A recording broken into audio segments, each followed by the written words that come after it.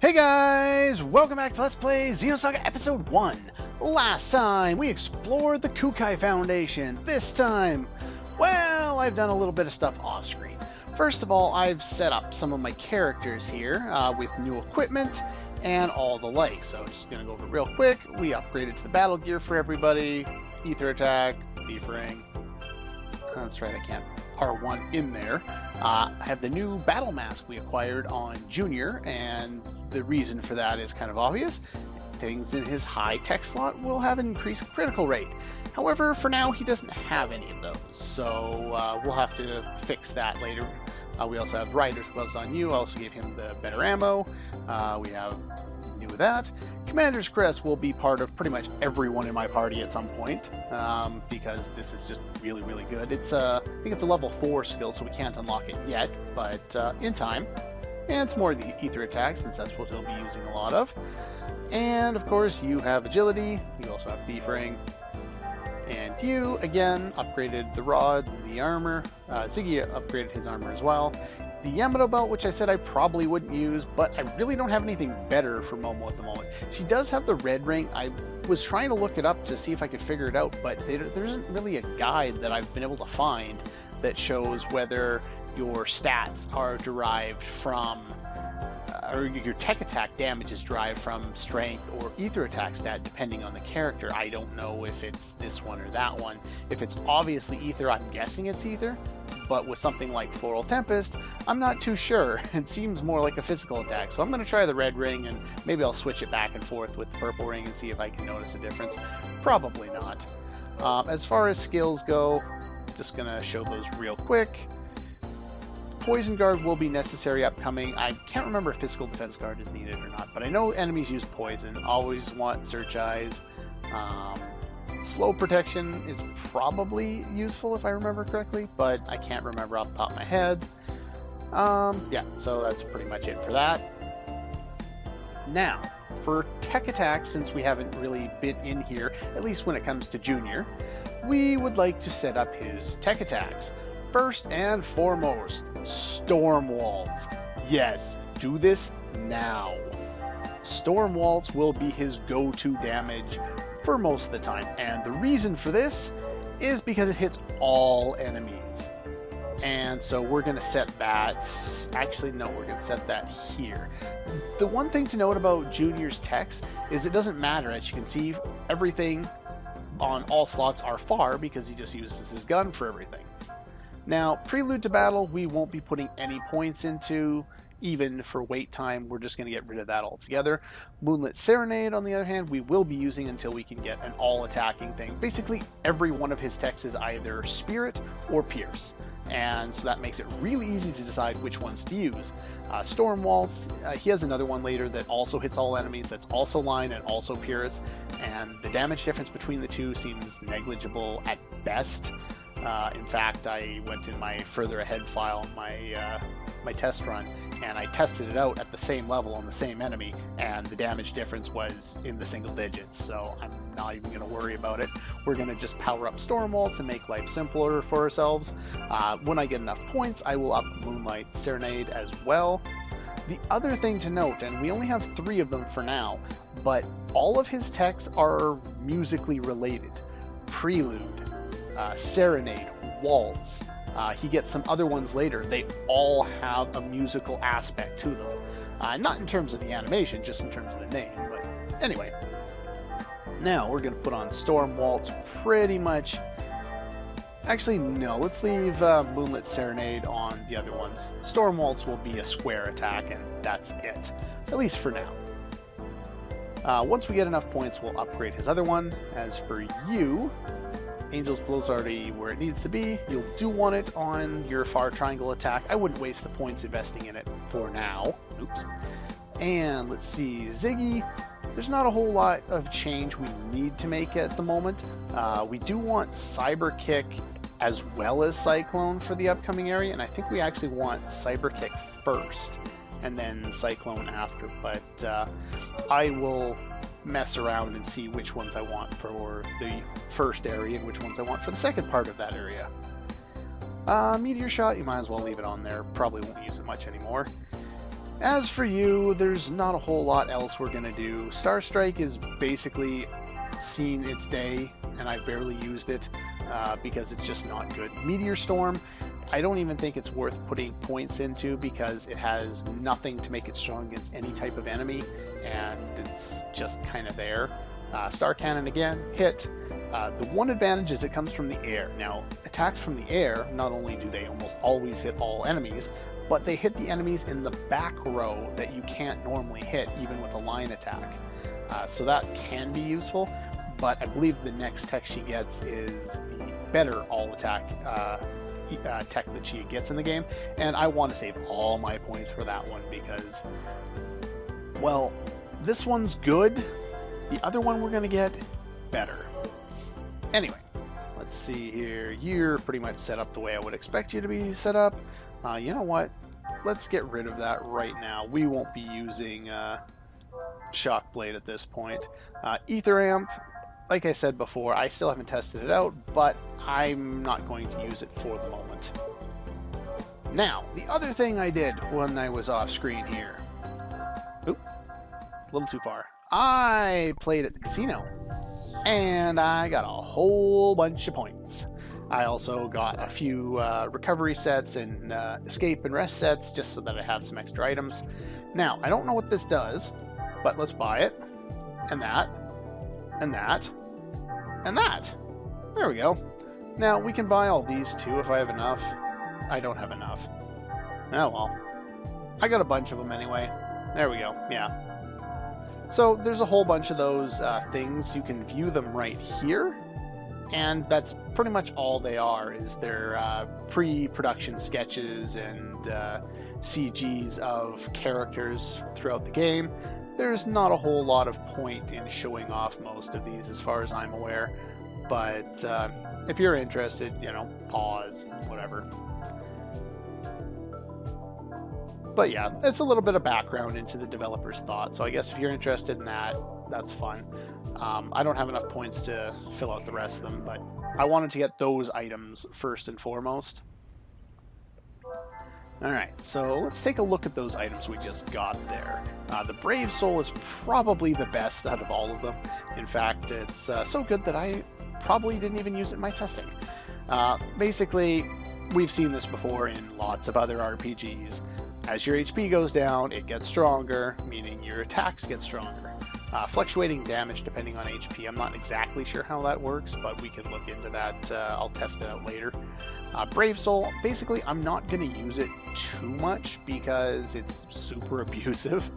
Yeah, so anyway, we got the Golden Dice, we got the Brave Soul. The other items we got there were like what, a Revive DX, which we already had one of. Yeah, there you go. Recover and Max, as well as a Stim DX, I think, which increases physical attack. That's not too bad. Those Hemlock items that reduce your HP to 1, those I guess could be useful in combination with the Brave Soul, but get out of the way. Okay, I don't know. That guy there is actually a shop, by the way, even though it seems like it would make sense that he would be the inn, but oh well. Anyway, to do the inn, we must talk to you, and hopefully you've gotten all of the emails and all of the items before doing this. Surprisingly, it doesn't lead to all that much. Anyway, we need to head back to the Elsa to check on KOS-MOS. Not much of a rest, and we still can't go up here. They won't let us, unfortunately. We will have to do that later. Anyway, I will meet you on the Elsa. Okay, it just occurred to me that I haven't actually shown off this screen. This is the launch pad on the right of the screen there. We haven't actually seen this screen yet, and since we're going to be spending a lot of time running back and forth through this throughout the game, and maybe beyond, but yeah, I figure I might as well show it off at least once, because I'll be doing all subsequent backtracking through here unless we need to talk to somebody in this screen off screen. Special powers, huh? Really?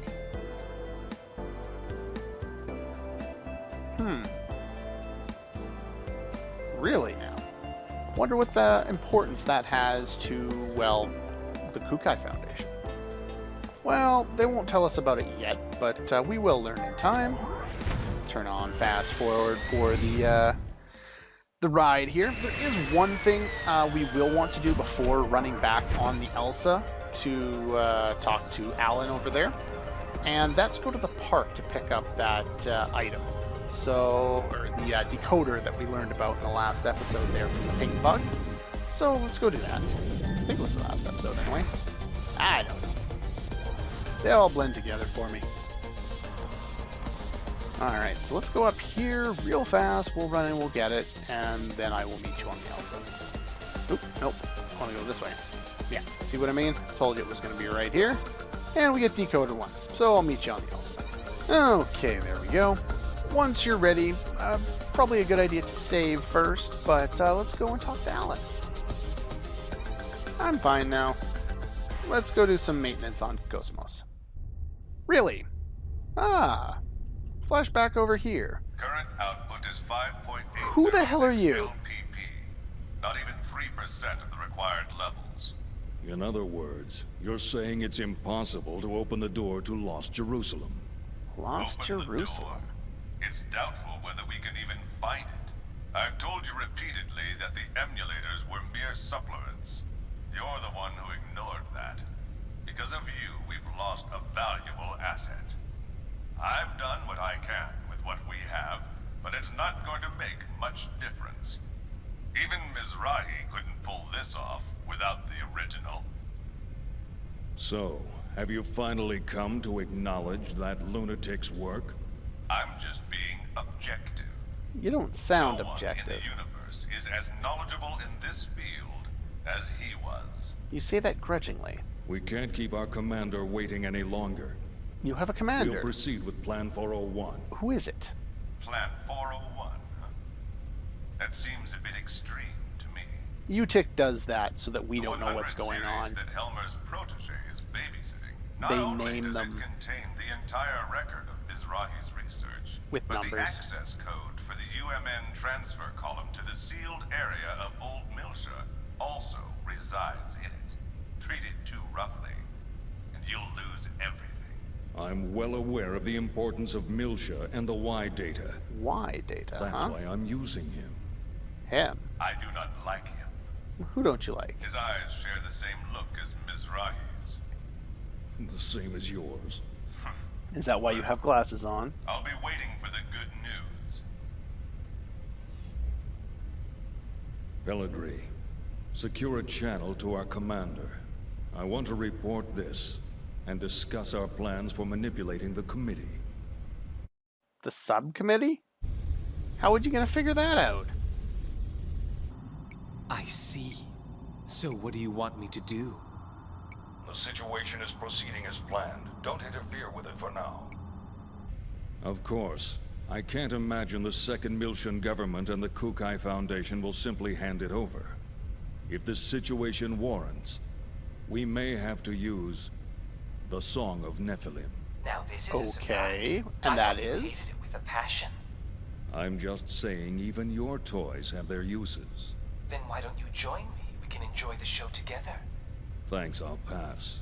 I don't share your perverse taste in hobbies. What does this song do? Yeah, right, you gutless bastard. Our enemies don't seem to like each other. Albedo, a URTV, And that is? a monster born of life recycling. There Well, are we've plenty heard of about mentally that. unstable life recycling variants out there, just as Uh-huh. Cherenkov was one of them. If he starts getting impatient and moves on his own, You needn't worry about that. Time means nothing to him. How do you figure that? The only thing that interests him is that Realia. Momo? are you really going to use the Song of Nephilim? Why is everyone talking about a song with such fear? Pellegrini, have you ever heard it?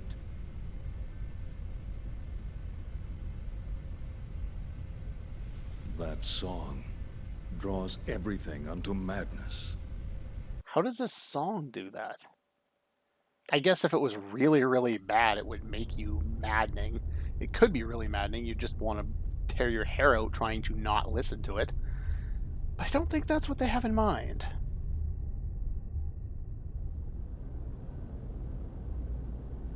slow panning shots.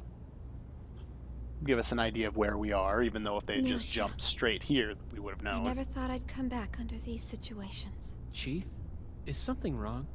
Huh? Oh no, it's nothing.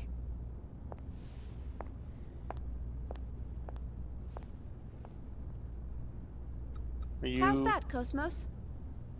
Oh, I thought she Fine. was going to go out a door. There are no problems. Please continue. Well, that's good. And once again, it's nothing. You're never going to get in there if you don't pry a little bit more than that, bud. Then again, I don't have a lot of luck with that We either. will soon be so, entering whatever. the Miltian star system. We will be entering orbit at 1400 hours local time. Second Miltia Spaceport Flight Control, transmitting flight plan, requesting permission to dock.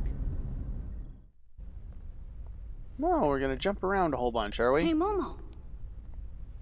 Yes? What is it? We'll be going our separate ways once we get to Second Miltia, right? Yes? I guess so. I don't know if Realians believe in carrying charms or not, but... Here, take this. It's for luck. A bullet? It's so pretty. What is it? It's a bullet from a long time ago. In a galaxy far, far away. It's got a good luck phrase on it. Sayonara, baby. Which is why he says that after he wins a battle. Thank you. I'll keep it safe. Oh, wait. Hold on a sec. Oh, a chain. Of course, we can't really see what he's doing now, but, Junior. Wasn't he saying that people were starting to figure out something about his and Negredo, or, Guinan's powers? Try it on. And now he just goes flat out and uses it in front of somebody? Wow! You can do things like that too? That's wonderful. It kind of tires me out a bit, though.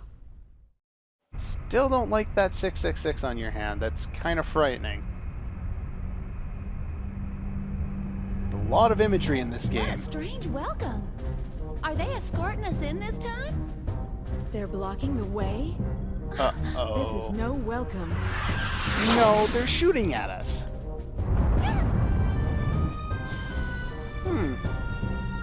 We're stuck in the dark now. Confirm photon torpedo detonation in immediate vicinity. We're being surrounded by a fleet of Federation vessels. Why? What did we ever do? Parliament. Oh, come on. This is not going to be... I've been talking about Star Wars a As you few can see times. from this video, the Kukai Foundation has engaged in what is clearly an act of aggression against the 117th Marine Division. The Woe From the Glende. events that followed, we can only come to the conclusion that this was an act of rebellion orchestrated by the Foundation's creators, the Second Miltian Government. In light of these troubling events, we hereby enter a motion for the following. Per Article 104, an emergency suspension of the vested rights of Second Miltia's autonomous government. That's not what happened. The 422nd Fleet from Gedalia has been dispatched to the scene in order to surround and contain both the Kukai Foundation and Second Miltia. Hold on there. Won't that constitute an unauthorized use of force? The deployment is in accordance with the Federation Emergency Powers Act. It is fully within our powers. I would think that the Kukai Foundation possessing that level of weaponry is a far greater problem in and of itself. Perhaps they were heroes during the conflict, or whatever in the past. But the current situation is a result of letting them have their way for so long. The Zohar belong to the entire Federation. Why should Second Miltia have sole control? The decision to turn the artifacts of old Miltia over to an impartial third party was decided by vote 14 years ago. We're talking about the dangers of it being monopolized by a corporation. The Kukai Foundation was converted after the completion of the post-war cleanup and their own disarmament. Since taking on their current name and converting to a business, their primary source of income has become entertainment and tourism. How could they possibly have a vested interest in the Zohar? You call that disarmed? It's just enough for self-defense. Think back to the reason the organization was formed. Not only that, we can't ignore their recent achievements against the Gnosis. Can we be certain these accusations aren't merely jealousy on the part of a state that didn't receive post-war government handouts? How dare you! I've heard rumors that Miltia was secretly involved not only with the current planetary disappearance case, but also with other recent developments, including the anti-Gnosis Zohar project. I'd like to hear the Contact Subcommittee's thoughts on all this. Dr. Mizrahi? We moved the 100 series Realian to 2nd Miltia in accordance with the original plan. We're following the protocols. But I wonder... have you forgotten that it was Miltia that produced the lunatic that summoned the Gnosis and tried to destroy the Federation? I sympathize with your desire to defend your late husband, but perhaps you are too deeply involved in this situation. I would not have expected my presence here to be misconstrued in such a manner. Oh, really? This is just a done that governmental earlier. policy. You just hand the Federation. I was hoping they wouldn't do a whole lot of this, kind of like the prequels in Star Wars, but oh well. We've just patched in with Representative Helmer. I'd like to hear about the situation from the 2nd Miltian government. Well, Representative Helmer? Well, in accordance with Federation law, we hereby place the Kukai Foundation under arrest for the suspicion of violating Article 798, Chapter 37, Collection and Concealment of Defense Information, and Article 2153, Chapter 105, Acts of Aggression against Federation vessels, and hereby revoke all rights previously granted. Shut down your engines and relinquish your weapons immediately. Acts of aggression against Federation vessels? We're fucked. Furthermore, should the Miltian government allow the Kukai Foundation to dock the Durandal, we will issue a state of emergency notice under Article 2384, Chapter 115, Part 18, Conspiracy to Aid Insurrection. Pretty much. It looks like they think the Durandal conspired with the Miltian government in an attack on the Federation fleet. Which wasn't the case. What Federation fleet? Hey, check out the network news on the sub-monitor! You're not gonna believe this! On the morning of the 21st, it appears that the 177th Marine Division flagship Woglinde of the Galaxy Federation's Tessadora Division came under attack by a heavily armed ship belonging to the Kukai Foundation. The Woglinde? Not exactly how that happened, is it? I thought the Gnosis attack had been reported already. I guess not. The company has been identified as operating in conjunction with the 2nd Miltian government, and considerations for the possibility of treason have forced the Federation Parliament to dispatch... They did a good job doctoring that video. No doubt. But how did they synchronize the battle coordinates as well? Damn! That's from when we fought the UTIC organization! Those bastards were recording it! Well I timed. That would And well explain how the planned. absolute coordinates match. Exactly. I guess that's their indisputable proof. Even I'm starting to think that we did it. Considering the situation, you don't sound very worried. In any event, this is confirmation that the remnants of the UTIC organization have infiltrated both the Federation government and the military. Pretty Which much. means their next target is... Momo. This is such a blatant lie, it's ludicrous. Yep. As survivors, if we testify... They'll just claim that you survived because you were in on the conspiracy. This is insane! Do you think this is why headquarters hasn't communicated with us? No, it's because they forgot about you, Alan, just like everybody else.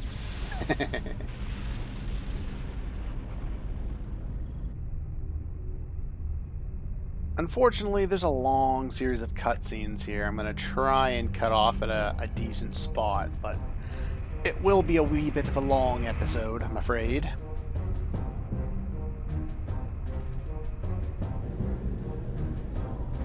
Oh, looks like we're being boarded. We let them in. And who are you? I am Captain Lapis Roman of the Galaxy Federation Special Ops Command Headquarters, Intelligence Bureau. I hereby place the ship under custody of the Galaxy Federation.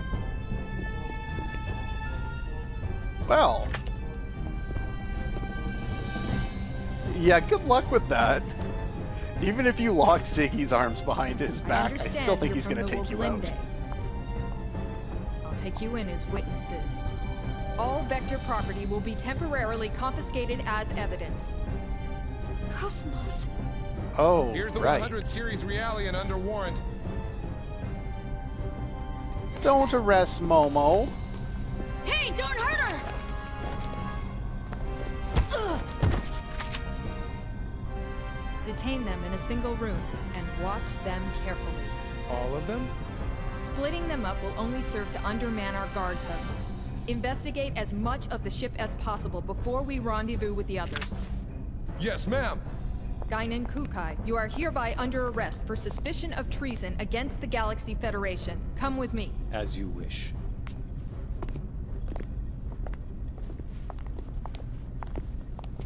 Well, that did not go very well. But that's probably the best place we have to stop, so we're going to call her there. That's all for this one, and we'll see you guys for the conclusion next time.